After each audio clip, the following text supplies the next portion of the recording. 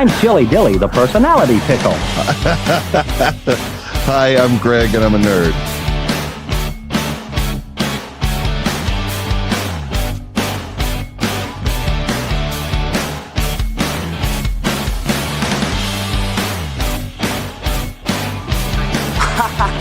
You must be kidding, aren't you? I have never seen anything like this. The worst part has been the actual watching of the movie. Some of these were pretty terrible. Well, we are back for another episode of Box Office Battles with Greg and Eric. Maybe if I hit the right buttons, we'll be good. It's like there's Spider-Man. Yeah, I know. I watched the wrong movies. Hey, at least we don't have any people watching the live stream yet, so that's good. I can edit all this out in post. Before we get started, just want to let you know we just received the signal from Uranus, and Mike has voted for Fantastic Four. Yeah, that's a real meta comment to make. If you didn't see the last episode, yeah, Mike Levanovitz joined us for that episode, and did he? It was great. We had a good time. It's just he had a little bit of connection issues. That's all. So, and it was really difficult after a while. And what are you gonna do? What are you gonna do? Uh-oh. Yeah. Greg, can you hear me? Are you messing around? I'm just messing around. I'm messing around. Okay, I do have a serious question for you. What is the deal? I don't keep up with things. I keep up with things 12%. 88% you've got to explain to me. What's this movie that's out now that people are all up in arms about is it the casting or what? They cast is it the Iliad or are you talking about the Odyssey? You ought to see Odyssey, these nuts in your mouth. Oh, you dick. Didn't I tell you that one a couple of weeks ago? I don't know if you did, but you should have seen it coming if you did. I should have seen these nuts coming. I should have seen these nuts coming. I took a shower right before we started. It has nothing to do with my nuts, but I was thinking, like, how am I gonna bring this up so I can drop this on Greg? And what I really thought I'd do is like really let you go into a big like exposition about the whole thing. Yep. And then right at the end, I'd be like, well, in my opinion, and then you ought to see these nuts. But I just also thought I didn't want you to feel like you went through all of that for naught. And you didn't even care what my opinion was. I don't give a fuck, and I don't give a fuck what's going on with the Odyssey either. You just wanted me to wax poetic on the issues with casting agencies and DEI and Hollywood and all of that garbage. It is a thing, man, on YouTube, everywhere, and social media. A movie's a movie. You either go to the fucking thing or you don't. That's my opinion. Well, it's just every time I look at a picture of Helen of Troy. Yeah. Oh wait, yeah. So that might have been before what's going on. That might have been before photographs were around. Is she a real person? Is this not even a real thing? No, it's based on a novel. It's based on I mean, I know what the Iliad and the Odyssey are, Homer. Yeah, but exactly. I'm saying is Helen of Troy, was that an actual historical person who just like made it into the book, kind of like Jesus in the Bible? Or is this that's rude. Or is this canceled? Stop that. Or well, yeah, a bunch of fucking snowflake, bitches. But is that a real person? Or is this just a completely like made up person for the book? Helen of Troy? I mean, I thought, based on the Trojan Wars, she was the reason for the Trojan Wars. She had the face that launched 1,000 ships or something? Yeah, something like that. Oh, she's a famous figure in Greek mythology. Yeah. So it's not a real person. Then you could have anybody playing that role. It doesn't matter. It's not a real person. I think they should have had somebody with Down syndrome play Helen of Troy. I mean, let's go all the way, and just Yeah, have, whatever. If the you know, person... that really good looking Down syndrome model. I do could have not. played.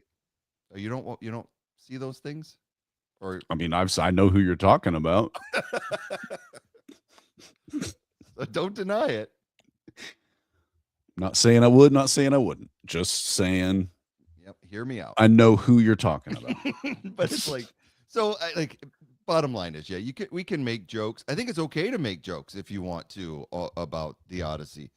If you go see it, I'm not gonna care. If you don't go see it, I'm not gonna care as well. So that's how I feel about it. I'm not. Some news. A lot of people love Christopher Nolan. To me, if I don't go see it, it's because I'm not a huge Christopher Nolan fan. I know that's sacrilege. People get very upset. Is he like the Batman guy? Yeah, the guy who did Batman, but he did everything. He did Inception. He didn't do everything. We did everything lately, it seems like. He did Oppenheimer, which did huge business. So yeah, he's done. Yeah, he is the man right now in Hollywood. So yeah, everybody loves Christopher Nolan, and I tend to get bored very easily at his films. There's a few I like. I like Interstellar. I like The Dark Knight, but like The Dark Knight Rises, the one with Bane, it took me 3 tries to get through that without falling asleep. Is Interstellar the one with Sandra Bullock and George Clooney? No, it's the one with Matthew McConaughey and... What movie am I thinking of? I don't know. That movie where she's like lost in space, but it's not lost in space. Gravity. Oh, okay. Yeah, I was like, well, that movie is boring as shit. So how can you find like, no, I get bored at all his movies, but I liked this boring piece of shit. Yeah. So, I mean, I like Inception somewhat. I mean, I don't have any problem with everybody that likes Christopher Nolan. Or did you just dream that you liked Inception? I think I did. I woke up and then I dreamed I liked it. Then I dreamed I didn't like it. And then I woke up again and then I spun a top. And your top was still spinning. And then it cut. And then I fell asleep. Oh. It's just, yeah. Hi. Oh, hey, there we go. Good to see you. Not in the middle of anything. No. Nah, please. Just do that during your Teams meetings, during your work. I mean, she'll try for sure. Yeah. You don't remember that meme where the guy was on television? Have you ever seen that meme? Yeah, and the door like opens. Just a kid comes in. He's in like the little walker. Dude, you've got to just like embrace that. Just pick your kid up. I know, right? Bounce him on your knee. He's like on the news when that happens. I know he's talking about like the Taliban or Al Qaeda or something, and he's like trying to be all serious or stock markets or something. The mom bursts in and nearly falls on the ground trying to get the kids out. It's adorable. I love that. Yeah. That's when I just pretend to have internet issues and I just disconnect. And then 2 minutes later, I pop back on and go, yeah, I don't know. It's so weird. Anyway, did somebody ask me a question? Exactly. All right. But, speaking of movies that are at the box office right now, I did want to bring up, because we just finished doing the worst Marvel movies category. And my wife and I went to see the brand new Marvel film in theaters. And this was the brand new Spider-Man Brand New Day. It's brand new, and it's Brand New Day is the name of it. We went and seen it this past weekend. It is already over $1 billion, and it just has been out about a week, because it started out last Tuesday in previews. Officially, they don't start until Friday, but it's not even been out a week yet, dude. And this thing is over $1 billion. Okay, but did they take into consideration the fact that movie tickets are now $37.50, and like? Whereas when you went to watch Gone with the Wind, it was like a Buffalo nickel or something. I tell you, it's the $1 billion mark is like the $1 million mark back in the day, or the 100 million. When movies used to make 100 million, everybody would go, "Ooh, back in the 90s and 2000s." When they tell me an NFL running back ran for 1,000 yards last year, and I'm like, "There's 17 fucking games. What, he averaged like 42 yards a game?" Like, no, that sucks. I have added those stats now, but yes. The tickets are more expensive, but yeah, there's only been like a couple, $2 or $3 billion movies this year, and they were both kids films. There was Toy Story 5 and the Super Mario movie, and this is I think Michael Jackson made $1 billion. And so this one is now just hit $1 billion. It's only been out a week though. They're thinking this could be a $2 billion earner worldwide. Worldwide. Domestically, it's earned about 600 million. It's crazy. So, what do you think about it? Would this have fit in with our bad Marvel movies, or is this one of the better ones? Is it right in the middle of the heap? I'll tell you, after watching, especially after watching all those shitty ones, especially, this was how you do a comic book movie. It's got John Barenthal in it as the Punisher, which is a very famous comic book figure, and he's got a very large role, larger than I thought he was going to have, and he's really, really good in it. The teaming up with him and Spider-Man was perfect writing. It makes sense on so many levels. The humor, so it's kind of almost like this buddy cop thing. The humor is outstanding. The action sequences are filmed in just an amazing way with a lot of practical effects instead of CGI. So they really had guys on wires doing the Spider-Man stuff, which I appreciate. The story itself, I'd give the story itself around a B minus, but toward the middle of the film, the story begins to pay off, and then it gets really good. It has the Hulk in it. It's got everything. If you've watched the movies up to this point, it delivers everywhere. You won't walk away unsatisfied. We went to a theater that was completely sold out, including the front rows, and it got a standing ovation after. I mean, they don't know because it's just a screen, but people literally got up and cheered when it was over. Is it? That is a little bit cringe to me. I got to be honest. And I'll tell you why. Why? Like, I put it in the same category as the secondhand embarrassment I feel when a plane lands and people start clapping. And I just look around like, is this your first day on fucking Earth? Yeah. And if it's not, is it your first time ever on an airplane? Because this is the expected outcome of every plane trip that you get on. Now, it is not the outcome of every plane trip that you'll ever take. Hopefully it is, but it is the expected outcome. And so when people stand up and cheer in a movie theater, like you said, there's no actors there on stage taking that in, reaping the benefits of their hard-earned performances. True. It's a fucking movie screen. Right. That's embarrassing. I think it is. Did you stand up and cheer? I did not stand, and only a few people stood, but the entire audience applauded. And then you felt like you had to. No, I was like one of the first ones. Oh, Greg. I will say this. I'm a huge Spider-Man fan. When I was a kid, like 10, 11 years old, it was one of the first comics I started collecting, and it just fell in love with it. And so this was the little kid in me that started clapping because the very final scene, it just leaves it on a note where you want more. You're ready for the next thing, and then the credits start rolling. I'm like, near perfection for me. And I think a lot of people feel that way. Everybody I've talked to about it's like it didn't get bogged down with anything that was too serious. It didn't get involved with any themes that would be depressing, or it delivers what you want. When you go see a drama, when you go see ordinary people, back in the 80s or any drama that's out there, when you go see Oppenheimer by Christopher Nolan, you expect heavy thematic content and to think. When you go see a comic book movie, if you're expecting that, I don't know what's wrong with you. You should be expecting humor, comic book scenes they're fighting, maybe a little bit of, there is some emotional stuff in there, but it's more to do with relationships, about losing a loved one and about losing the girl that you're in love with that doesn't love you anymore. That kind losing your web, losing your webs. Well, yeah, you jest,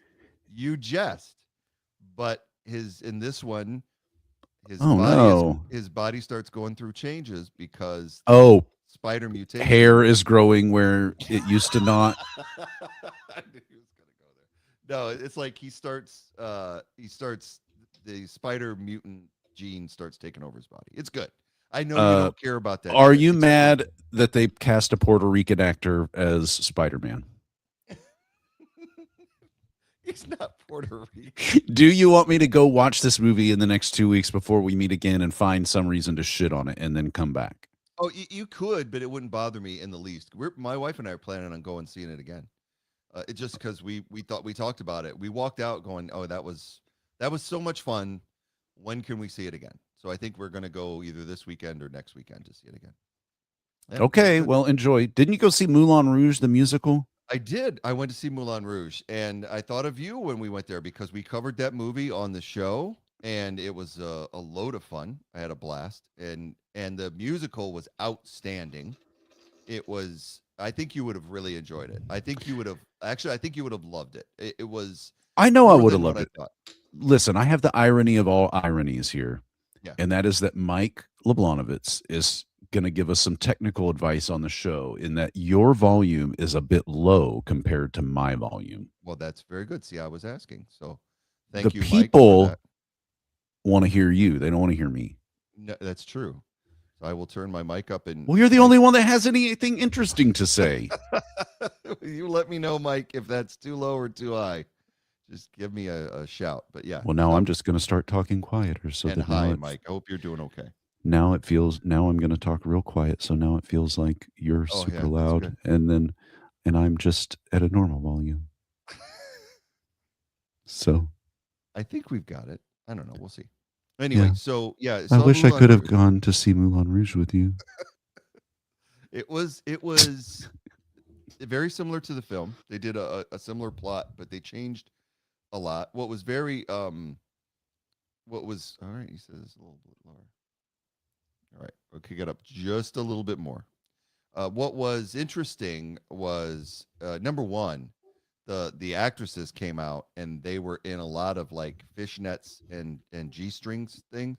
So Okay. I couldn't stop elbowing my wife and going, but, there's a butt, there's another butt. I felt Look like at I all was one these of the- butts. I was like one of the minions. I was going, but look, there's another butt.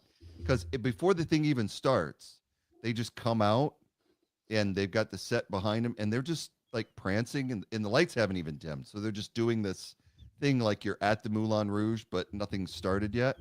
And so they're just like looking at the audience. It was pretty cool. And then all of a sudden, the lights dim and they go right into Lady Marmalade is how the thing starts, which I was like, okay, that's an interesting way how to do it. But I tell you what, they took the same theme from the film where they use modern songs to tell the story, and then they added a whole bunch of new ones from like the last 10 years. They had some Adele in there, they had Rolling in the Deep. So it had more songs, of course, because you're dealing with now like a 3-hour musical. So it had more songs, but they were outstanding the way they did them, and they were all like mashups. So Yeah. they like in the movie. So they would Yeah. take two songs and they did a Rolling Stones cover of Sympathy for the Devil mashed up with You Can't Always Get What You Want, and it was awesome. And it was the just this thing where the bad guys singing it. Yeah. So we just decided we're going to mash up two songs by the same guys. Well, and yeah, act like that that's- wasn't always that way. Sometimes it was two different artists, but that one particularly stood out because I liked how they did the two Rolling Stones songs. Okay, and that's fair.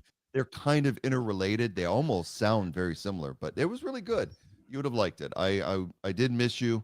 I would highly recommend that you see it if you get out there. So Was it a touring company or was it It your local Akron it was no plumber it was playing Satine? it was the Broadway touring company.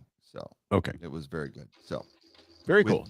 With that being said, welcome everybody to Box Office Battles with Greg and Eric. If you've never watched the podcast or listened to the podcast, what we do is we take a genre of films and we create a bracket of the top 8, and then we have those battle it out for your enjoyment so we can name which one is the best. We have a brand new category this week called Weird Musicals, which is there's so many weird musicals out there. It was hard to get just 8. I couldn't believe how many there were. So we're going to get into that tonight. But before we do, we want to thank you for tuning in. If you want to be here each and every week, you can do so by following the live stream on YouTube at Box Office Battle Podcast or on Twitch at Box Office Battle Pod. You can also get us on Facebook at Box Office Battles with Greg and Eric. Just look for that. Follow us on all three if you don't mind. You always get notifications. And you can also email us with any suggestions or comments at our email address at boxofficebattles@gmail.com. You can listen to the show on any of your podcast providers, Spotify, Amazon Music, and Apple Music. You will find us there and many, many others. So just look for Box Office Battles with Greg and Eric, and you can enjoy the show. Eric, you look confused. Are you good? No, but now Mike says that he restarted his Twitch and the technical issues were on his end. So now you're probably super loud. And here I am just at a normal volume again. We should have known. And so I'm going to start talking louder now to compensate. Mike, we should have known that the technical issues were yours. No, he says it's balanced. He claims it's balanced. All right, that's good. Fine. That's good to Fine. know. I like to be slightly louder than Greg. Just very good. Yeah, exactly. So let's take a look at the brackets as we've got them. For weird musicals, we have the number 1 8 seed versus the 8 seed, which is Pink Floyd The Wall and Xanadu. That is tonight. We also have Cannibal, the musical by Trey Parker and Matt Stone is the number 4 seed. That'll be going up against the 5,000 Fingers of Dr. T, the 5 seed. I know you have a lot to say about 5,000 Fingers. saw a movie. Pretty sure I've seen this one before. And then on the other side of the bracket, we'll have the number 2 seed Rocky Horror Picture Show go up against Repo, the Genetic Opera. And the 3rd seed, Phantom of the Paradise, will go up against Tommy. That's our weird musicals category. But like I said, tonight we are dealing with Xanadu, the 8th seed, Olivia Newton-John vehicle, if you will, coming off of Grease, going up against what Alan Parker referred to as the most expensive student art film he ever made, Pink Floyd, The Wall. But I think he undersells it. We will talk about The Wall when we get in there, but we're going to start with Olivia Newton-John in Xanadu. Xanadu. This movie fucking sucks, dude. You just jumped right into the sex wagon. Well, okay, listen. We watched a roller skating movie that you chose when we did our Guilty Pleasures movie. I forget what it was called. Roller Boogie 2. Roller Boogie. Just Electric Boogaloo. Yes. Whatever it was. Okay, at least that movie made some fucking sense because it was just about like people roller skating and there was a crime thing involved in it. This movie doesn't have anything to do with anything, and they added this fantasy element to it that makes zero sense. Right. There's no conflict in this movie. There's nothing. And let me tell you, the moment I knew I was going to fucking hate this, it was 41 seconds into the movie when he rips up a piece of paper and he so like dramatically, like a fucking drama queen, throws it out the window, and it like cartoony pieces of paper, and they show 4 different set shots of it blowing past this house. And it's like, okay, I get that the paper's in the wind. And then they cut and it's like another house and here comes that paper. And then another house and here comes that like, first of all, I get it. The paper's blowing around. But then the paper slams into or kind of softly lands on a mural that's painted on a wall and they come to life. And I mean, I wanted to nope out of this film so fucking hard. I knew. Yeah. I think I was 1 minute in, I paused it, and I'm like, 95 more minutes of this. Now,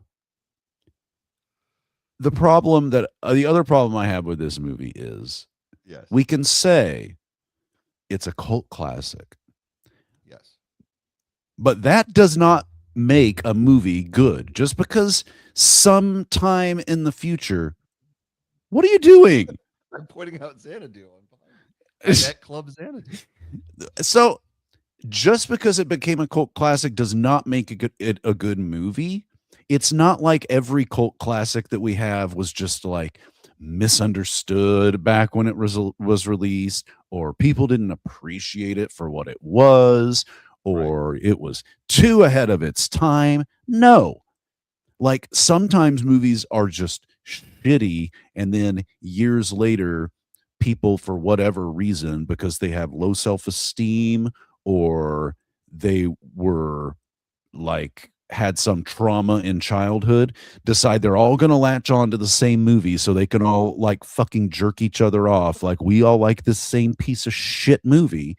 And you end up with cult classics. I'm using finger quotes because this is stupid. You'd have to be in a cult to find this movie in any way interesting.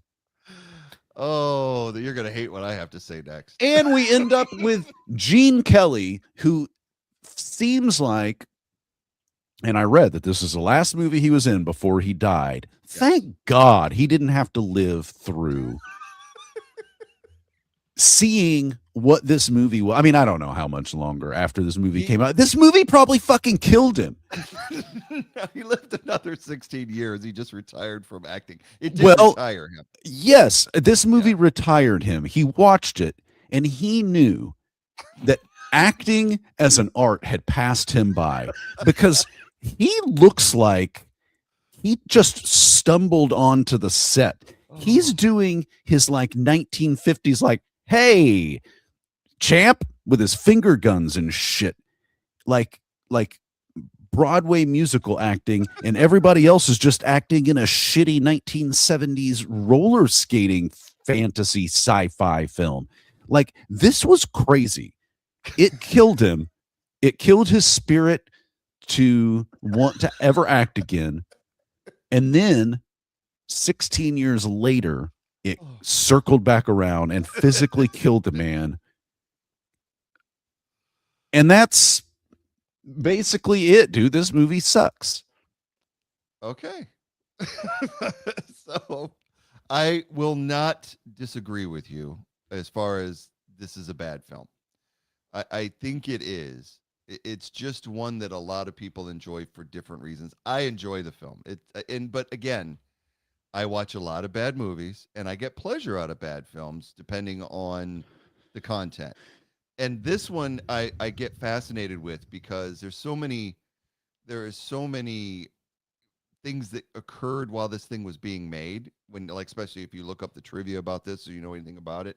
One of the things is I cracked up is one of the producers, when they saw it on screen, and said this was what a film made on 100 million worth of cocaine looks like, because it was somebody's cocaine fever dream. But that's what makes it entertaining to me, because I'm not expecting, and if you're expecting this spectacle or this great musical, you're going to be let down. But if you are expecting something like this, you're going to have a blast. And if I had $100 million worth of cocaine, I might have found this really interesting as well. And the thing is what's or even like $20 worth of cocaine. The funny thing that you mentioned about Gene Kelly is that he was kind of an afterthought when the movie was made. It was, you don't say. They had done a disco-based roller skating movie, which was getting popular in the late 70s. They did Roller Boogie as well, and then another one called Skate Town USA. And so the studio that made, I know, we haven't even gotten to that one yet. We got to do the trilogy now. Yeah, I guess. So when they made Xanadu, it was the thing of, we're going to make another disco Saturday Night Fever. Everybody wanted to capitalize on Saturday Night Fever. And it's the funny thing, because when we always talk about Hollywood executives. They never set out to make a good film. They just set out to make the same film over and over again. So let's do Saturday Night Fever on roller skates. But the problem is that by the time they started getting in production, disco was dying. It was dying a fast and hard death, where people just overwhelmingly revolted against it like it was Nickelback. And so what ended up happening was they had to shift it, and somebody's brilliant idea was let's bring Gene Kelly in to get the seniors that watch Singing in the Rain and all his stuff into the theater to watch this late 70s, early 80s disco fever dream. No fucking That'll way. bring them in. I will say this, the scene that we've got up on the screen, Whenever You're Away From Me, that he does with Olivia Newton-John, if you take that out of the film, I find it very enjoyable just to see Gene Kelly one last time. An interesting thing about it is that he choreographed the dance scene. Again, he was up there in years, so he wasn't a spring chicken, but he used pretty much the exact same steps as he did with Judy Garland in Me and My Gal in 1944. So he just recreated the same dance rather than reinvent the wheel. But Olivia Newton-John had a great experience. She said it was one of the highlights of her entire career, being able, and who wouldn't say that? And it is, when you take it separately from the rest of the film, I find it to be a very enjoyable segment of the film. But the whole movie is segments. It's really, like you said, it's not very coherent. It's the very, very simple plot. A dude sees Olivia Newton-John skating around, leaving vapor trails wherever she goes. I don't know what that. I don't know what it was. What's that? It's just the same. It's just the fact that she glows and she leaves these trails, and she's in LA, and the guy falls for her, and he's obsessed, and he's painting her for this album cover, and he's trying to find her. What's her real name? Harpsichord, or it's very close. It turns out that her and her sisters are the muses. So again, it's very, very cheesy idea. She has, I think, 8 sisters. There they are. They come out of the wall in the beginning of the film, and a big musical sequence. And their whole purpose in life is to inspire art. It is, their muse. That's what they're there to do. But her purpose in life was to inspire a roller skating disco. Exactly. On Earth. And it would bring everybody together in unity to be able to roller skate to disco music, and that was her mission. Then why, when they open this fucking place, does she do a country western number, and then she tries to do a fucking hip hop, like late 70s hip hop number, and then she's doing a Broadway number? We're jumping. I don't like that. We're jumping to the end of the film, but yes, I do have those images here, and it is kind of funny because she does, like you said, a country and western. She does the final scene with the when the club opens and everything is outrageous. But yeah, it's horrible. First of all, they all start clapping in unison. Xanadu. Xanadu. Yeah. Xanadu. And it made me uncomfortable. And yeah. Yes, and it's not just that she does like a country western number, it's that she does the stereotypical, like where you hold both of your hands up at your chest and then you pump them straight down, and you kick one leg out, then the other leg out, then the other leg out. And it's like, man, how goofy, like you're making. She does a 1940s tap. And then Chattanooga Choo Choo or something. I find it all amusing. It was funny was I'm sitting through the whole, because I make my wife watch all the movies with me now, so that she can, we can talk about it before we do the podcast. So she gets subjected to all these films. I'm sitting there with the biggest grin on my face, enjoying this, and she's looking at me, and this sequence starts up. And she's doing all these costume changes and just going from character to character. And I'm just having the time of my life. And my wife goes, "This movie got a little schizophrenic there, hasn't it?" And I went, you just now picking up that it got schizophrenic? It's been schizophrenic since the thing started. But it was schizophrenic and boring. And then at the end, it got schizophrenic and weird. I didn't say the whole movie's weird. But, It's insane. Yeah. Now, I thought that there might be a redeeming quality for this movie in that most, if not all, of the soundtrack was written by Jeff Lynne and performed wholly or in part by ELO. Yeah. Now, I like Jeff Lynne. I know you must like Jeff Lynne. I adore Jeff Lynne. Very big. I like ELO. I like Traveling Wilburys. I think Jeff Lynne is, you know, the thing is that he's a really underrated guy, because I think you could go ask 100 people on the street, what do you think of Jeff Lynne? And they're going to say, who? Yeah, exactly. Not realizing that they have heard 50 songs that the guy has written, and not just for himself and not just for his groups, but for other artists as well. Sadly, most of the music on this album is forgettable. I did like the song. I've got it pulled up here. Yep. It was called Dancin', and it's the band The Tubes is playing on stage. Now, we're going to tie this to something I'm interested in. The drummer for The Tubes in this movie, not drummer, keyboard player, is a man named Vince Welnick. Vince Welnick replaced Brent Midland when he died in 1990 in the Grateful Dead, and he was the touring keyboardist for the Grateful Dead from 1990 until Jerry died in 1995. Oh, wow. And I like the Grateful Dead a lot. And so just a little piece of whatever. I liked that song, Dancin'.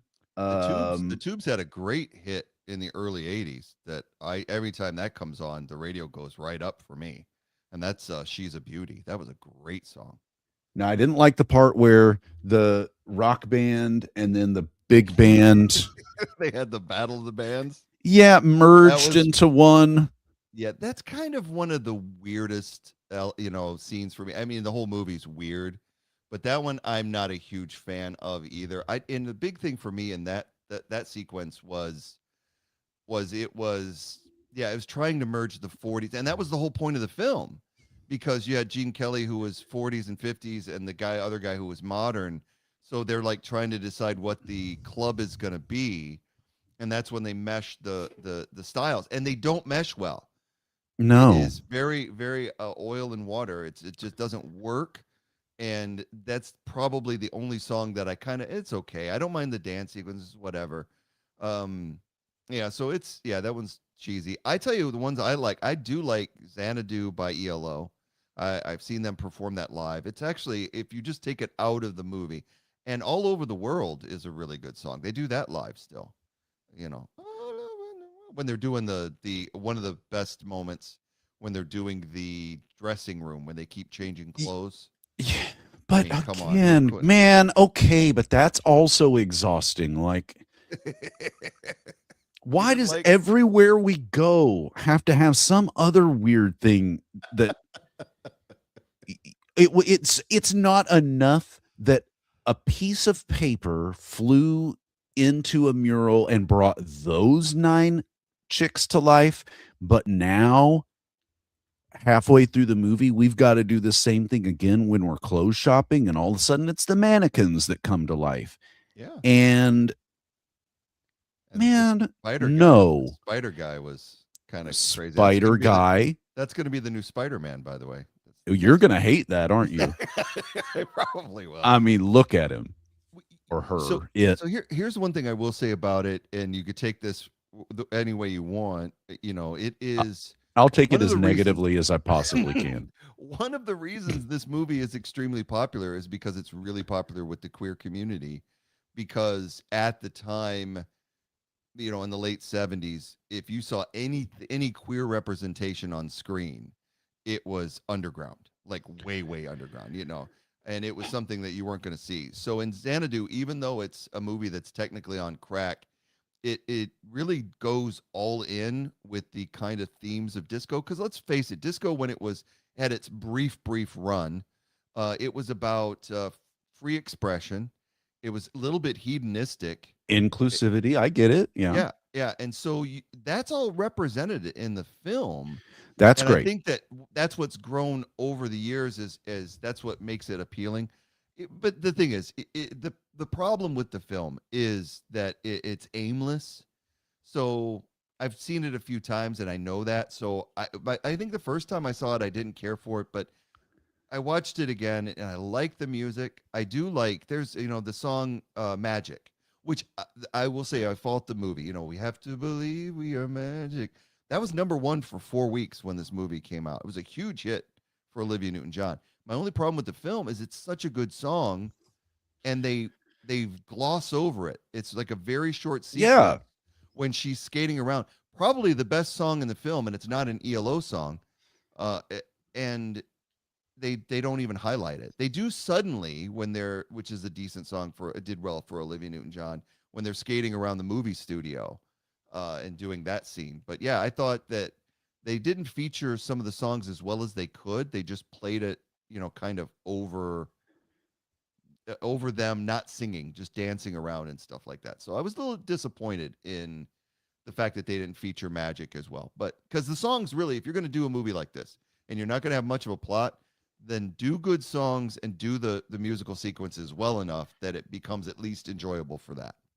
I mean, so I kept spending my time watching it thinking that Gene Kelly's character, like, he just starts out nice and then he remains nice and then he's nice at the end and he's like, and we should be partners and I'll give you half the money for no good fucking reason. And I'm just an old guy playing the clarinet on the beach. That's not weird. I'm not going to try to finger your kids. And I just kept waiting for it to take a turn. Like he's some sort of, unscrupulous drug dealer who only wants to open the place so he can run drugs through whatever.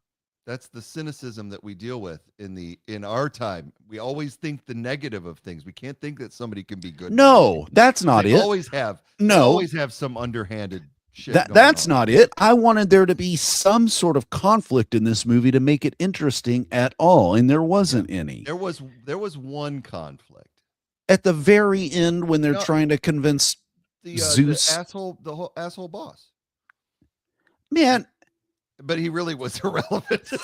He does nothing. For 30 seconds, I thought that might lead somewhere. I thought this guy was going to be a massive asshole and a villain. He was just a boss. He just wanted the work done. Imagine that. Standpoint, it was like, I kind of side with this guy. He just wants his damn painting done on time. What the fuck? The guy keeps leaving work to take 2-hour lunches. Well, that's what I mean. Following this blonde chick all over. So this guy, even though the movie is meant to kind of be the stuffed shirt that he represents, where you don't follow your dreams, you just become the corporate suit. But in reality, he just needs the work done, and the main character, Michael Beck, just doesn't want to do it. It's hilarious. And he's got a badass hi-fi system in the back there. Oh, he too. does. I noticed that. I pointed that out. I said I would love to have that record player. Like, damn. I thought it was great. Yeah. So and they don't even push him. He could have been a villain that tried to bring down the Club Xanadu. They spend a lot of time with these fantasy sequences, and they just that was their goal, and it wasn't to do anything with the actual any actual resemblance of a traditional storyline. It was just throwing they succeeded in that screen. Yeah. Now it did remind me of when I was growing up and roller skating was still fairly popular in the early 80s. And my mom, for most of my childhood, was emotionally abusive, but also she didn't work. But there was a brief time where she worked part-time at our church office, and it would be like 10 to 2. Okay. And she would take me and my brother, and we had to have been like 7 and 9 or 8 and 10. She would take me and my brother, drop us off at the roller skating rink, pay for us to get in. She'd come back 4 hours later, pick us up when she got off of work, and we would just stay there unsupervised, skating around, Yep. eating giant pickles. Now, I don't know how often you went roller skating, but for me, maybe it was $1 to get in. Maybe it was $2 to get in, whatever it was in 1985, when I was going. But that admission price got you these roller skates that were basically like brown army boots with an orange stopper on the front and, quad skates. Probably and chipped a little bit. And you had to lace them up almost to your knees. Yeah. But for $1 more, they would give you speed skates. And these things were like maybe not high top and maybe not low top, like a mid top. They were black and white leather. They had, I guess the wheels were greased or the trucks were different or something. Cause I mean, you could fucking fly on these things. And me and my brother would, my mom would give us like $3 a piece to get a snack and a drink or something. And sometimes we would just take one of our dollars, go over there and get, some speed skates. And man, is there a song for you that like can come on the radio and you go, that reminds me of roller skating? Do you have a song like that? Yes, there was one that they always played when I went, which was early 80s, 82 to 85, 86. And it was funny you said it. As soon as you said that song, it was That's What I Like About You by the Romantics. It was hey, it was like, and everybody would go crazy with that because we'd come out of the disco era in the 80s, so they weren't playing a lot of disco. They played some, but mostly people wanted that early 80s rock. So for me, there's 2 songs. Okay. And one of them wasn't even current when we would go, but I would hear it every single time. And it's a song by a lady named Evelyn Champagne King. Oh yeah. Love Come Down. Okay. It's almost like a disco song. You make my love come down. And man, we would fucking cruise around. But the one, like the current song at the time, and when it comes on the radio, it's still like I might as well be at Thunderbird Roller Rink, is Def Leppard, Step Inside, Walk This Way. And we would just like mad dash the second that like acapella, before the guitars start. I mean, we're fucking cruising around the rink. And so, yeah, anytime I hear those 2 songs, I think, A, what a piece of shit my mother is, and then B, about roller skating. Yeah, and it was a craze to the point where, like I said, they made these films because they thought that they would catch on like Saturday Night Fever did, but it just didn't work. And the thing is that this movie, if you didn't know, was the reason that the Razzies were created. I have that written down. Yes, it was. It was this and the Village People movie, which almost made our weird musical list. It's more of a bad musical than a weird musical. But the Village People did a film right around the same time. And the guy who created the Razzies saw these and was like, they should be punished. Yeah, this cannot stand. We have to do something. And it did win worst. Xanadu did win worst picture for the very first Razzies. And rightfully so. I would not argue with anybody that says this is a bad movie. But it's relative to enjoyment that you get out of it. And there's things in it that I just don't. I will say this. I said to my wife after it was over, I said, that is a bizarre film. It's aimless. But I will say this, on a Saturday afternoon, you could do much worse than this as far as a film goes. Putting something on innocuous and that at least has some decent music and enjoyable. There's one other thing I did want to mention before we move on to the other film and see who wins between this and our other film of the night. But the animation sequence. You remember the animation sequence in the film? Okay. It was giving the incredible Mr. Limpet meets meets The Little Mermaid.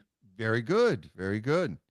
Yeah, so the animator for this, it came on again. I hadn't seen this in a while, and my wife immediately was like, "That looks like Little Mermaid. That looks like Flounder," and it is. The animator was Don Bluth. It was his first project after he left Disney to kind of strike out on his own. He ended up going on to do the Fievel, An American Tale. He did Secret of Nim.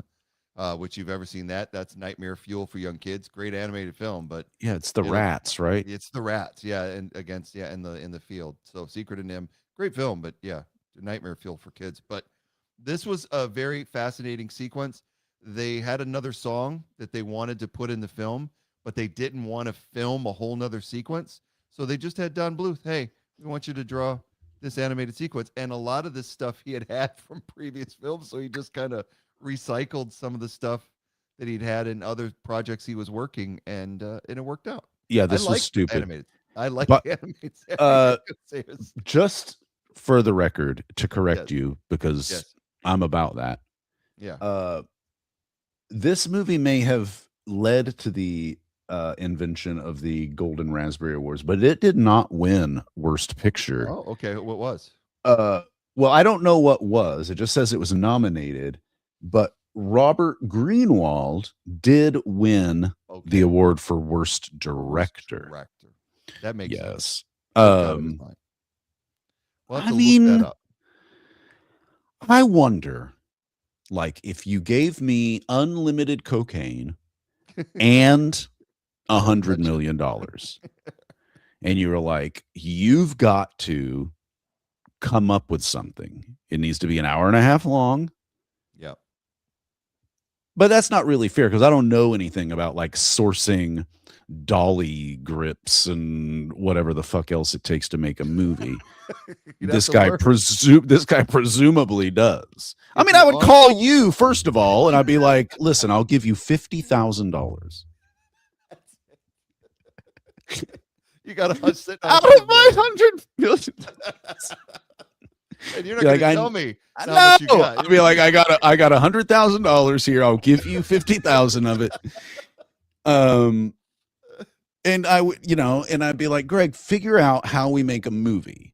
Don't worry about the movie itself. I'll figure that out. I've got enough cocaine to figure out an awesome movie. But the practical parts of it, I need help with. Yeah. But I wonder if I come up anything better than this. But that's the thing, is that I was like, I'm just a guy. Yeah. You're a movie person. Yeah. And I think the thing is that with the same songs and the same actors and actresses and the same basic boy meets girl and boy meets old pervert and don't call Gene Kelly an old pervert. And I'm calling his character a pervert. Okay. And we're opening a nightclub, and let's just try. Let's just sit down one time before we start filming and go, listen, I've got an idea where the love interest is actually one of the 9 muses. And at the end of the movie, our protagonist goes off to the nether realm and has to convince Zeus to let her come back. And she does, but in the form of a waitress. And maybe just like one other person could have gone, okay, well, I had an idea where none of that happens.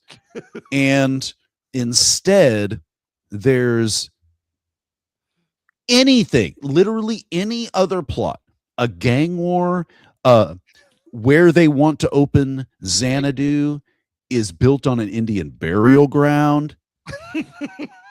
I'm just spitballing. Yeah, it would be good.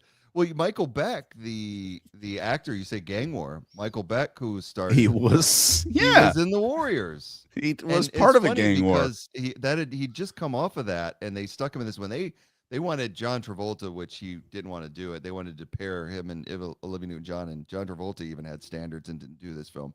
But there were a lot of other actors that were trying to get this role, and it went to Michael Beck of all people, the guy who was in The Warriors, and it was very, very strange. But one last thing I did want to say: the building that they make Xanadu is a real Art Deco style building built in 1935, the Pan Pacific Auditorium, and very neat. I think that's one thing I'll say about the film that really stands out is Xanadu itself. And so there's actually pictures online. You could go read the history of it. It's a very cool place where they used to do all kinds of stuff. They had wrestling that was there, concerts that were there, the fair, every type of thing. And eventually, over time, by the 70s, it had been shut down, and they found it doing a location search, and they put it in this film as Xanadu. And then eventually, though, it got burned in a fire. So, Oh, yeah. as far as we know. As far as we know. And 40 now, days after escrow cleared or whatever. right after the insurance was signed. Yeah. And yeah, so what they ended up doing is now it's like a community center on the same ground. But yeah, that's where the film, it's all legit place where Xanadu was. I think it's a gorgeous building. I think it's really cool that they used it like that. So Was that, yeah. in LA? Yeah, in LA. Gotcha. In that Well, area. So yeah, yeah, the movie's shit. Here I'm going to do something meta real quick before we go on into the wall. Is Xanadu, and then it's on my background and it's on the wall. So it's like within. If I got rid of you, it was just me. For a format that's mostly audio based, Yes. I really hope the audience appreciates what you just did there. I'll cut that out of the audio podcast. They won't even know God it existed. bless it. Right. So that is Xanadu. That's the first film of the night, and it's going up against a juggernaut. I don't even put a poll out to see what the fans would prefer between this and The Wall. I had some people ask, why didn't we put The Wall up against Tommy? Well, it just, this is where it was seated. This is a weird musical genre, so we seated all the films accordingly. So the Tommy is out there and very easily could end up meeting and going up against The Wall, but it didn't. The Wall's the number 1 seed. It went up against 8 seed Xanadu, and it's probably going to kick the shit out of it because we have both talked about this movie before offline, and yes, we both love this film and seen it a million times. I don't even know how many times I've seen it because I was explaining to my wife back when I was a teenager, I'm talking 14 to 16 in high school, they had these things, midnight movies at our Fairlane Town Mall. They had a multiplex. It was like 8 screens, decent sized theater at the time. And it was in the shopping mall. And so at midnight, they would reopen. They would close the mall at like 10, and then they would just open the movie theater part of it at midnight or just before, like 11:30, and you could see Rocky Horror Picture Show, Monty Python and the Holy Grail. Anybody in the chat that went to one of these, let me know, because I it was a great part of my childhood. Heavy Metal, remember Heavy Metal, the cartoon, adult-oriented cartoon. So things of that nature. There was others as well, but Pink Floyd, The Wall was one of them. And being a 15-year-old and being in the parking lot, hanging out with your friends while people played music, playing The Wall, playing Pink Floyd, smoking a joint, and then going in and watching something like this, and then getting out at like 2 a.m. It was just, you can't bring those type of memories back. Yeah. Everything is so online today. We don't do things like this. And nobody got in trouble. Nobody did anything stupid. We just had a lot of fun. And that was one of my biggest memories of The Wall. And I saw it just in those 2-3 years. I must have seen it 10 times. Yeah. Then you go past that, and I can't even count. It's at least a once a year viewing for me. What about you? Yeah, I started playing guitar when I was in 9th grade. So that would have been like very early 90s. And very quickly started listening to Eric Clapton and the Beatles and Pink Floyd. And, I was learning songs by those bands more than I was learning songs by current bands at the time. And so, in doing that, learning Wish You Were Here, that was a pretty easy song to play on the guitar. Um, you know, learning songs from Dark Side of the Moon, really starting to get an education of like what Pink Floyd was, David Gilmour as a guitar player, and then Roger Waters as a bassist, and more than that, kind of like the mastermind of most of the things that Pink Floyd produced. Me and my brother came across The Wall, and we knew that song, Another Brick in the Wall, Part 2. Everybody knows that. I could call Greer in here right now. She's 7. And I could say, we don't need no education. And she would say, we don't need no thought control. We know that. So rented this. And I mean, I did not get it at all. Now, I'm a sheltered, very sheltered 13-year-old, 14-year-old. And or maybe 14, 15. But man, I didn't get it. And I watched it again and I didn't get it. And I watched it a few other times and I just didn't get it. I liked the music and I liked the weirdness of it, and I liked a lot about it, but I definitely didn't get it. You want to know, Greg, when I did get it? When? First time I smoked a joint and watched this movie. I was gonna say you were doing it all wrong. Yep. You were doing it all wrong. And I remember not only being like, oh shit, you mean all this World War I stuff was his dad, and and he is a rock star, but he's becoming so insulated, and like, and it all starts to make sense. And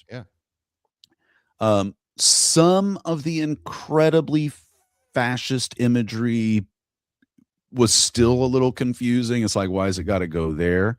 But I remember feeling so relieved after living through smoking a joint. I was convinced I was going to die. And having watched this so many times and not getting it, like starting to understand what it was about. Yeah. And eye opener. Yeah. It was such an eye opener. Yeah. And it makes the movie so much better. The thing about this movie is, in addition to the music, in addition to the imagery, there's not a lot of dialogue. No. So you've really got to pay attention to what the music is saying, what the songs are saying, what you're seeing on screen, and you've really got to make that connection. Some of them are easier than others to make. When you see the headmaster, like you just had up on the screen, and you listen to the song, no dark sarcasm. When we grew up and went to school, there were certain teachers who would hurt the children in any way they could. We don't want sarcasm, and no dark sarcasm in the classroom. Teacher, leave those kids alone.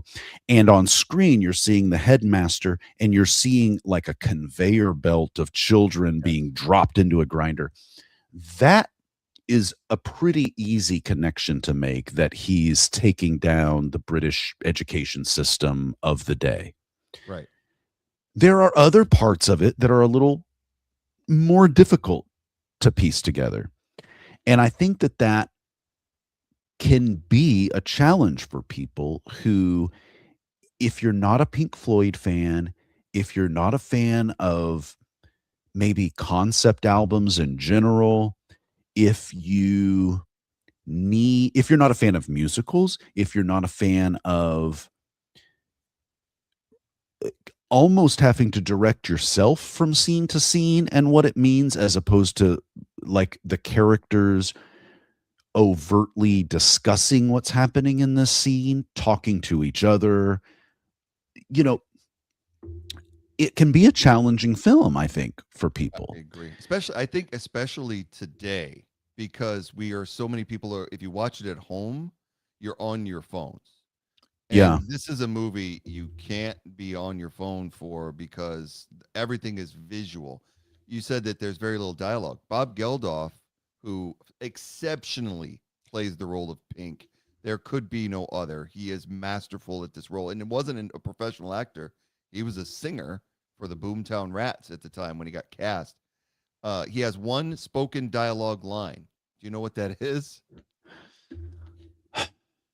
One line. Is it when he's on the phone and he's calling Never back? says No, he anything on doesn't the say phone. anything. The operator says everything. It's crazy. Yeah. He says when he throws the TV through the glass window and it hits the ground, he yells, "Catch that, fuckers!" And that's Yeah. the only line.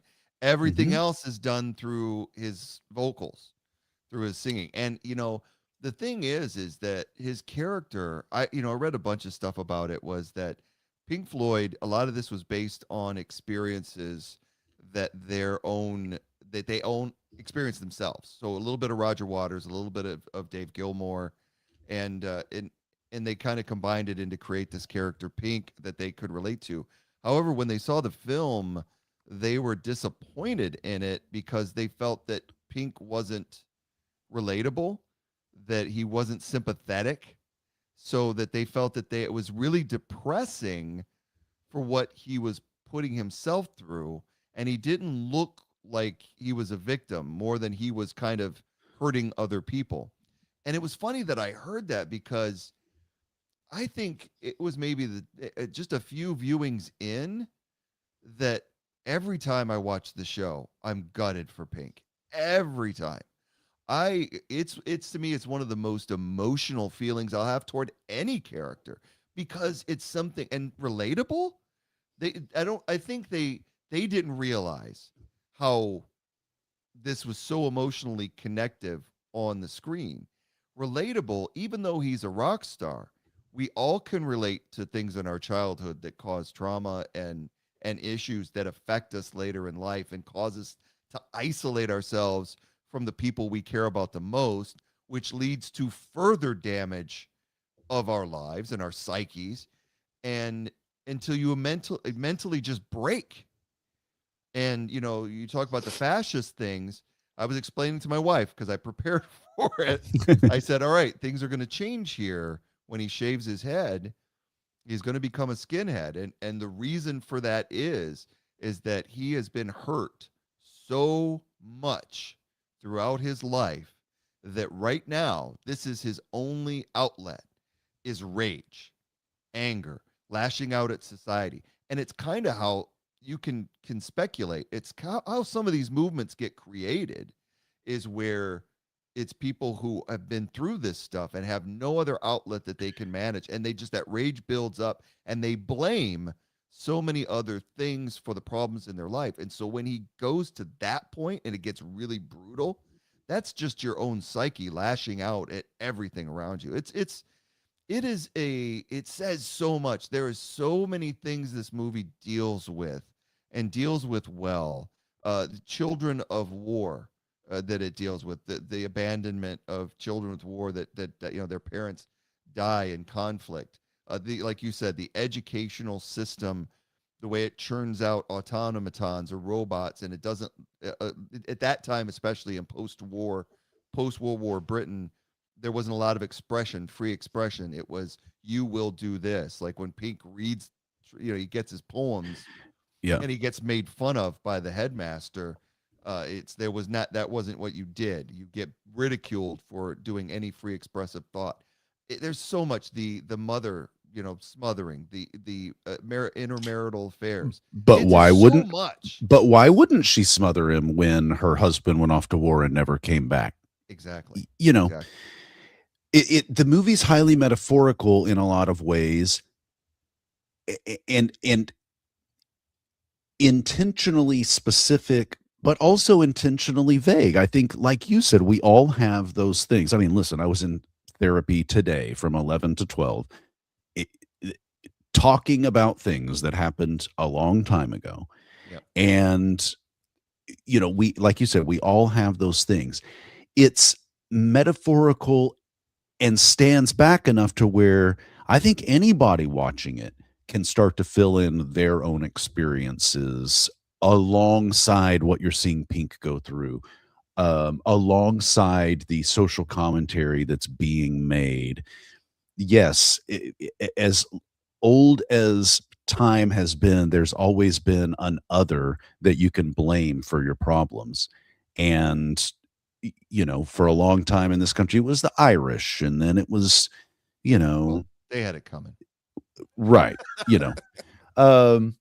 but as soon as you get used to one, we've got to come up with another. It's the illegals, and it's the gays, and it's the trans, and it's the whatever, and like those people, whether you agree with what they've got going on or not, are not the reason for your fucking problems. Now, I saw an interview with David Gilmour talking about The Wall.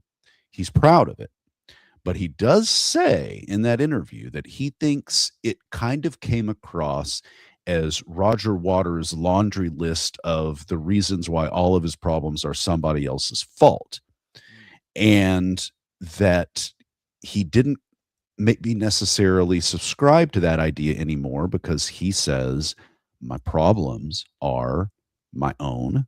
My problems are mine to resolve. My problems are mine to make a real, genuine effort to overcome, to, process, overcome, be better about. And this movie almost makes it seem like there's just not a whole lot you can do. Once the ball starts rolling downhill, it's really hard to stop it. We see that with Pink. When the ball really starts to roll downhill, these things start piling up, and he freaks out and incites a riot. It's a big thing. Yeah. I think that this movie, I think the interesting thing about this film, bear with me because I was thinking about this earlier. I don't know quite how to put it. It could be more publicly consumable, I think, for people who don't, like I said earlier, don't like musicals, or highbrow concept albums just aren't their thing. People who need more dialogue, and less just letting the movie kind of move you from one scene to another. But when people say about other movies, if they would have just done X, Y, and Z, more people would have liked this. They are talking about things that they think would have made that movie better so that more people would like it.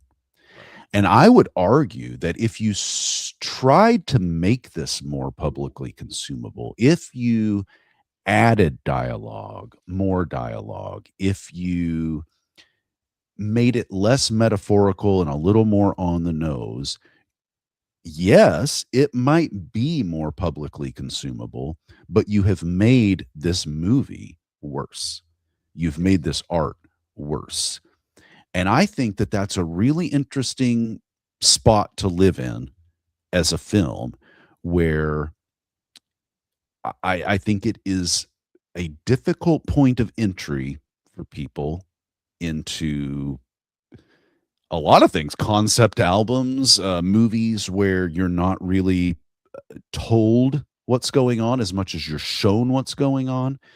That can be a really hard threshold to kind of navigate.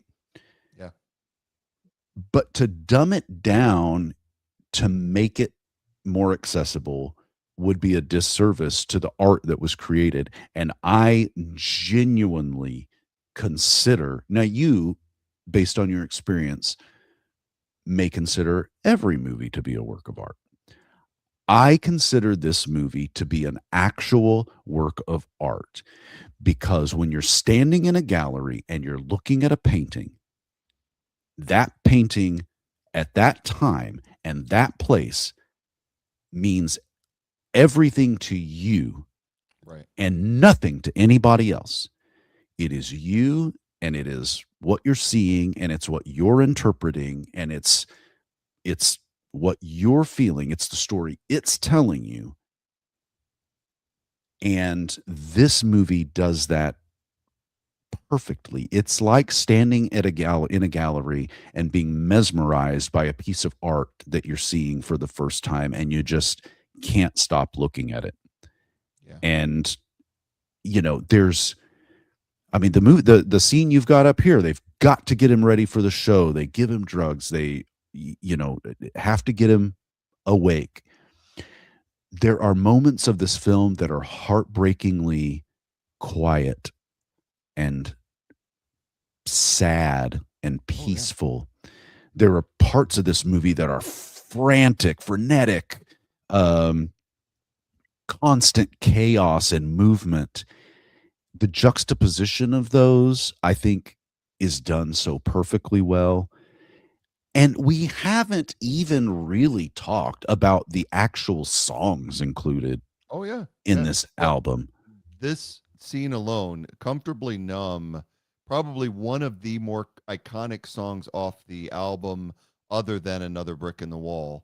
Mm-hmm. It fits perfectly into this sequence. It's made for this sequence and for this storytelling that it's doing. And I think that to address your comments, I don't consider every film a work of art. I think films are made for entertainment consumption primarily, and then they can be art secondary. I think it depends on what you do with it. There are some films that are more artistic than others, and it depends on the performances. I don't consider Xanadu a work of art. I consider it a puff B movie that it's just got some songs in it, and you can watch it on an afternoon, and it isn't going to bother you. It's not a work of art. It is garbage, but it's fine garbage. It's what it is. But I agree with you. This is a work of art. I mentioned before we went live that I had the wife watch this with me as well, and she had never seen this. We've been married for over 30 years. Don't ask me how many.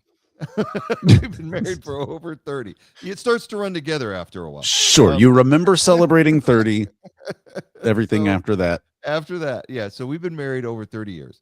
And I've watched this 100 times, but I usually watch it after everybody goes to bed and I've had a couple of drinks and I want to just enjoy music, and I put it on and just sit through it again. Sometimes I maybe only get through half of it. I don't know. But she watched it for the first time, and it's one of those, like I said earlier, you have to watch you because, like, if you added dialogue or anything, it would change the way it impacts you. So you have to pay attention to each scene because it's nonlinear. It jumps around through time, because the reason it does is because this is how the brain works. It opens with Pink in the hotel and the maid trying to get in, and all of that creates this just mashup of all of these memories and all of these things that affect him mentally and where he's gotten to where he is now. So just like the human brain that doesn't act in a linear fashion, that's what happens with this movie. It's nonlinear, and you have to pay attention. And we got to the end, and we're getting close to the end of the episode, so we'll go ahead and cut to the ending. But when he goes, they have the song "The Trial," and he has to answer for what he believes are his crimes. And that song, even though it's a little bit theatrical with the mom and the teacher and the wife singing at him in a funny way, when you have the song, the lines "crazy over the rainbow, I am crazy," and my wife was getting very emotionally moved by that, because it was sad to her that he had gotten to this point, and then the wall explodes, and she knew first time through. She knew exactly what was going on. I explained to her a little bit, like the fascist thing is hard to get, so I kind of clued her in on that. But she knew everything that was going on. And the first thing she said is like, "Did he die? I hope he didn't die. Does that mean he's dead, or does that mean he completely went insane? What does that mean?" And so to talk about your Roger Waters thing, where Dave Gilmour said that it was kind of Roger's laundry list of issues, I think that sometimes, we know they have that rivalry where they didn't always see eye to eye. I think this one Dave's got to let go a little bit, because there are things that you can deal with emotionally. There are things that, I lost a friend to suicide, and it was a very extremely difficult time for me, wondering what I could have done better.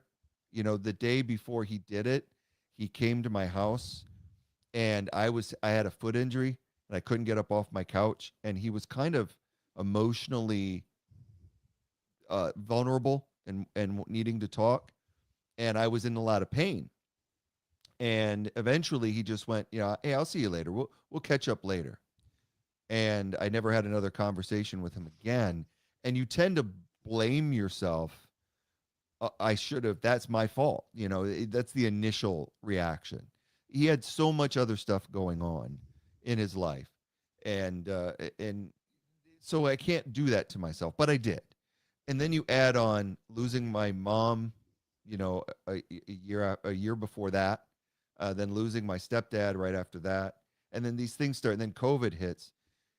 Your psyche, and this is just me, the psyche of anybody, there's only so much you can take when it starts piling on and on and on until you scream for help, just like Pink does in the film. So I think that's where Roger was going with it, is there are things that you can deal with, but there are some things, and that's what ends up with this in this film. And it becomes one of those things that it becomes sympathetic to me, where some of the things he brought upon himself, the addiction, but he was using the addiction to mask all the other issues that he was dealing with. And that just made things worse and worse. And it just culminates with the mental crack or the fracture of the wall. I did read, because I've wondered myself, it leaves it up to interpretation. And one of the interpretations that I've read that Roger Waters has put out there is that the movie's cyclical, that breaking of the wall is him having a breakthrough and going home, like he sings right before the trial. Stop, I want to go home, take off this uniform and leave the show, but I'm sitting in the cell because I have to know, have I been guilty all this time?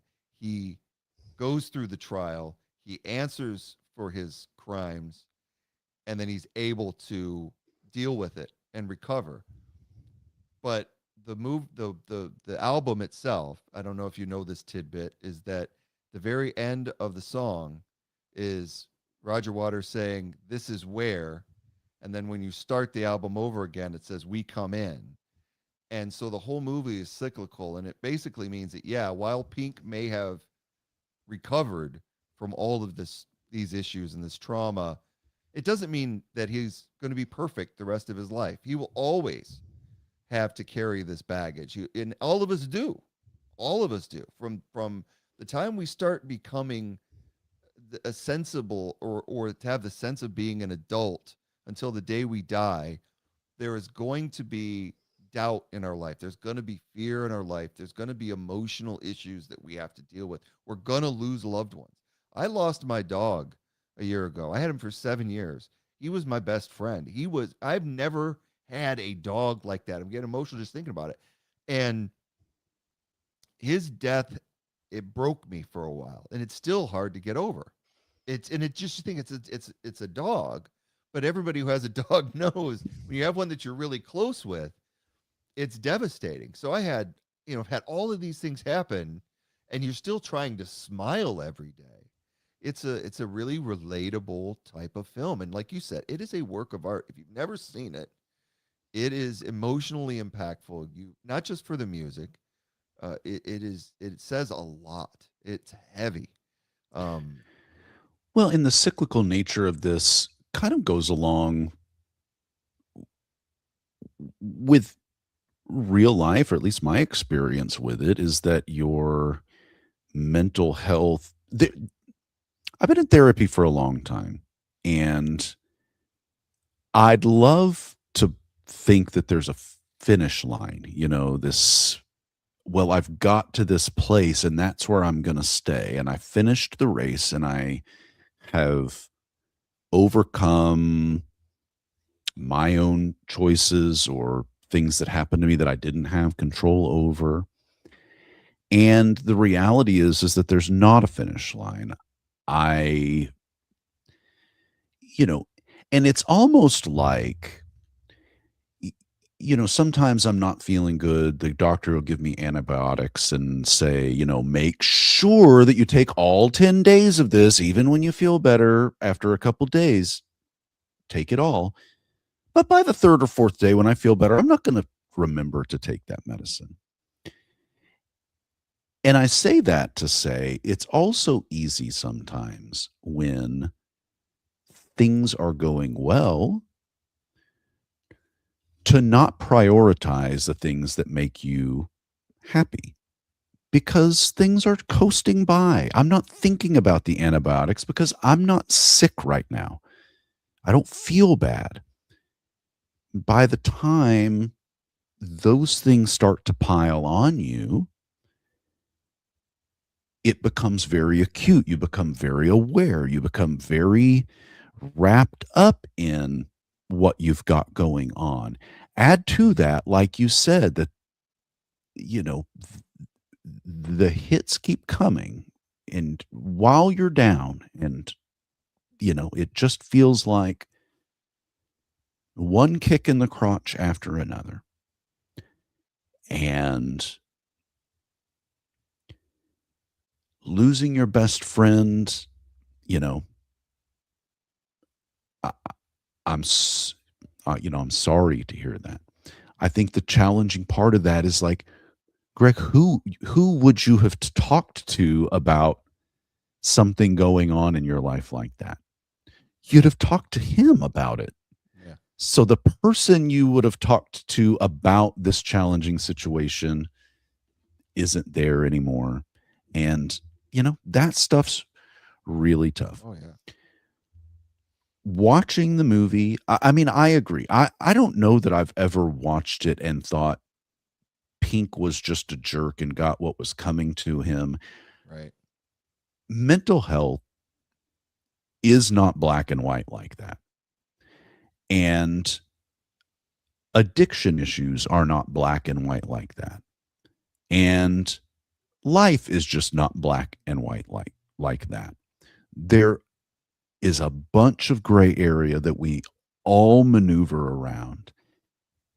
It's a spectrum between, and it's not even linear. Like, it's a spectrum that stretches to and fro and hither and yon and in every direction in between. And you're constantly being pulled in different directions.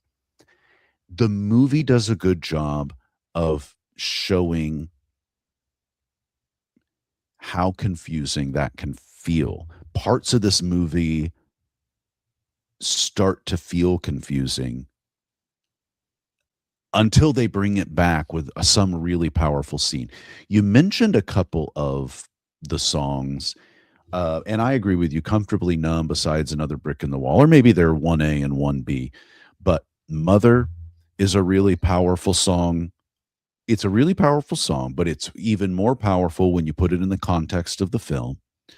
And I thought Run Like Hell is a really big part of this. Some of the songs just kind of are sprinkled throughout, but there's some that are really kind of tent poles in the progression of the movie.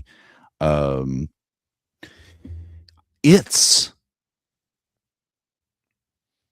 a masterpiece. Yeah, it is. The animation that's done, I forget the guy's name. I did look it up, but I mean, that stuff just lends this surreal, aspect to it. Maybe it's a way to communicate things that would have been difficult to film in a live action setting. Maybe it's a stylistic choice, but whatever it is, really, really works for this movie, for the imagery that it creates and brings to kind of the forefront of your mind. I mean, and yeah, you've got some on the screen here that the flowers opening up and there's 15 minutes. The movie itself is like an hour and 40 minutes, and there's 15 minutes of animation alone by itself. And my wife felt like, oh, it was even more, but it not in a bad way. Like that, it was really useful how they did it because again, the animation sequence, just like the one with the Falcon that kind of represents the Blitz going through London and all the people dying in the streets, it's impactful with that type of messaging. There's so much. There's so much. I get gutted when Pink doesn't have a dad and he's trying to get the dad to play with him on the playground. It's really impactful. When he goes to the train station and all the people are coming back from the war and he's looking for his father and he almost sees him, and that there's so much. Really could. We're not going to, but we could spend literally an hour discussing this film because there's so much that it has to say. You know, the thing is that when I think about this film and I think about what Pink goes through and I think about our lives and I think about the happiest that I ever was as a kid, you know, or just in life in general, where I felt a sense of peace and calm and happiness and euphoria. And for me, it was any Saturday morning when I was a child getting up to watch cartoons.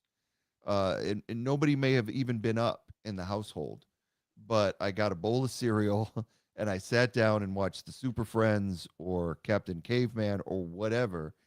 And I was just all was right with the world. And then, you know, after at noon or whatever, after Bugs Bunny went off, then my friends would show up. We would go to the playground and just, you know, spend the day at the park, which very few kids do these days. But anyway, but that was our life, was that, you know, we'd go there and do these things. And I was extremely happy. And I think that as you get older, you're always chasing that feeling. I think once you become a teenager and you start dealing with emotional issues and girlfriends and boyfriends and try and love and that, and then just friends, be it friendship, dealing with the politics that comes with being friends with people, and then, you know, just your work and everything, you get moments, you get fleeting glimpses of that happiness. And I think that's where people will turn to drugs and alcohol to try to get that euphoric type feeling.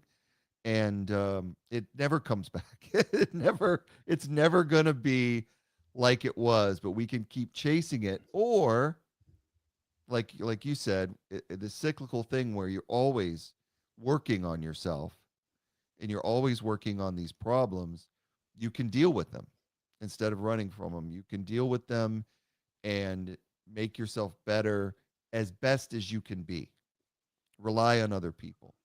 Rely on your friends. And so the movie really, to me, when I take that ending, where I take the ending of Pink having a breakthrough and, you know, surviving and coming back, going back home, it gives me hope.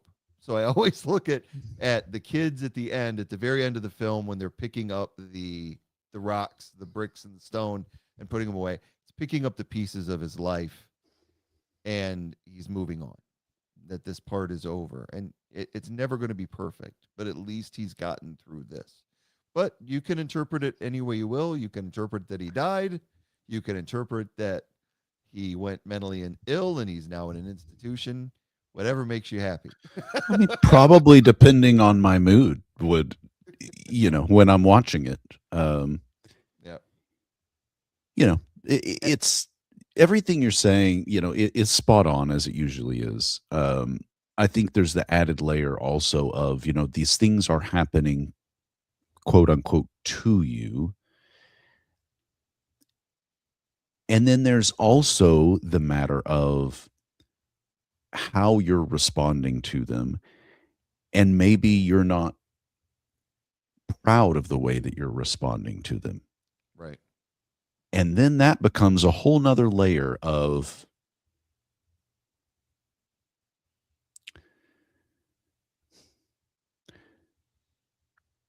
it just makes the pit feel that much deeper. Yeah. Because it's not just external things. It's also, well, why am I behaving like this? Why am I acting like this? Why this is out of character for me? Maybe I wouldn't be acting this way if it weren't for these things, but like, and it can devolve really quickly. And I think we see that again with Pink. I think Pink is an everyman because even though they set him up as a rock star,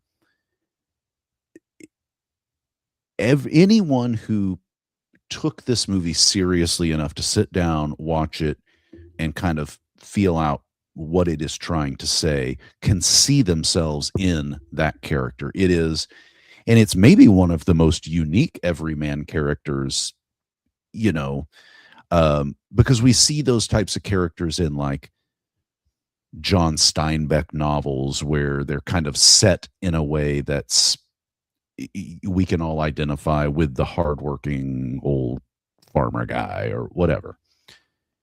But this is a really unique one to hold up as, you know, haven't we all been there? Well, no, we haven't all been rock stars who had to be injected with drugs just to get us out on stage to perform, but we have all probably woken up and not wanted to go to work because of how we were feeling.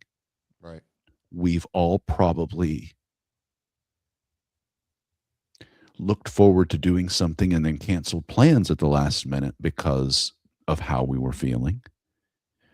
You know, and so I think it's really easy to start to draw those parallels, even though they're not, you know, a one-to-one, you know, representation. But I think it's just another example of what makes this movie so good is that in the abstract that it presents, in the non-linear aspect that it presents, in the kind of over-the-top character that Pink is a level of grounding that you just don't see in a lot of movies. Yeah, for sure. It's fascinating. It is. And you know, the category that we're doing for this particular bracket is weird musicals, but And it's weird. It is Yeah. weird. But this is one of those films that even though it's bizarre, you forget that it's weird once you get immersed in it. Whereas Xanadu is always weird. You know it's weird from beginning to end because it's just campy and corny. The Wall is in a class by itself because if you really allow yourself to just let go and fall into the film, it's weird for sure, but it all makes sense, and you can put your own interpretation on it, but it all makes sense. So anyway, I don't think we have to vote. I think based on our conversation, and we don't even need the audience to help us with this one because I think we're going to agree that Xanadu is the much better film. Yes. It was a laugh riot. It was. Anyway, the winner of this week, without any really vote whatsoever, we both know is The Wall. So enjoy The Wall winning to move on to the next round of weird musicals. And you know what? This one may be over before it begins. We have a lot of other movies to watch. I've only seen one of the others. Yeah. Which so one I have seen Rocky Horror Picture Show because we watched it for Jarrett Goes to the Movies. Right.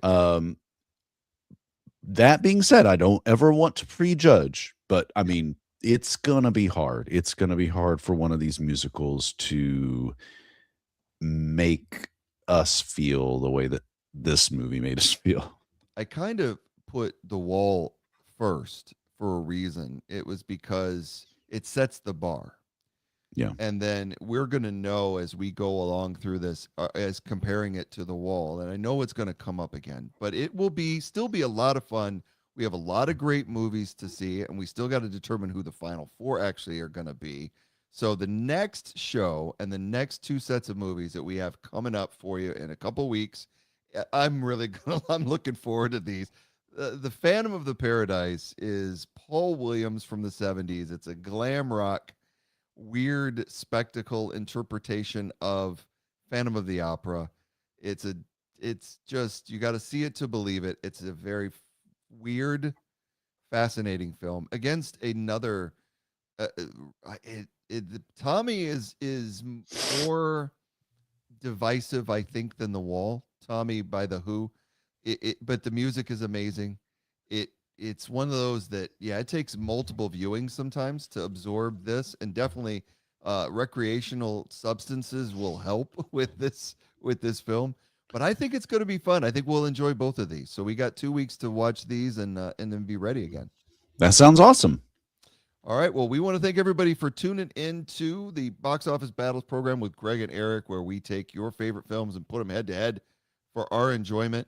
Again, if you want to reach out to us, you can do so by emailing us at boxofficebattles@gmail.com. And you can also watch our live stream on Box Office Battle Pod on Twitch and at YouTube at Box Office Battle Podcast. Catch us on all of your favorite podcast providers: Spotify, Amazon Music, Apple Podcasts, Pandora, anywhere you get podcasts. You can find us. Just look for Box Office Battles with Greg and Eric. Make sure you like, subscribe, and tell your friends. With that being said, man, our winner tonight, The Wall, I think it was pretty much a slam dunk. But with that being said, I'm going to turn it over to Eric for his poignant, not depressing, and hopeful final words of the evening. We always appreciate you guys listening along or watching along. If you start feeling in the next week like Pink is feeling, like we all feel sometimes, please know that it is okay to not feel okay. Talk to somebody. Talk to one of us. Talk to somebody you love, somebody you care about. And until next time, be excellent to each other and be excellent to yourself. We'll see you soon, guys. Great words.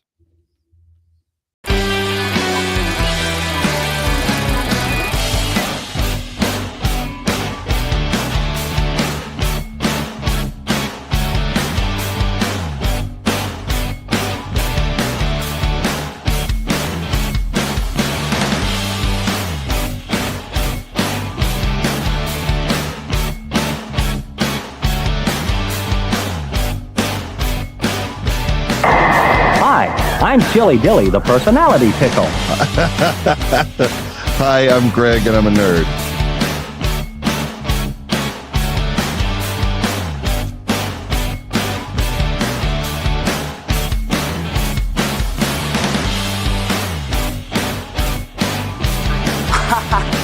You must be kidding, aren't you? I have never seen anything like this. The worst part has been watching the actual watching of the movie. Some of these were pretty terrible.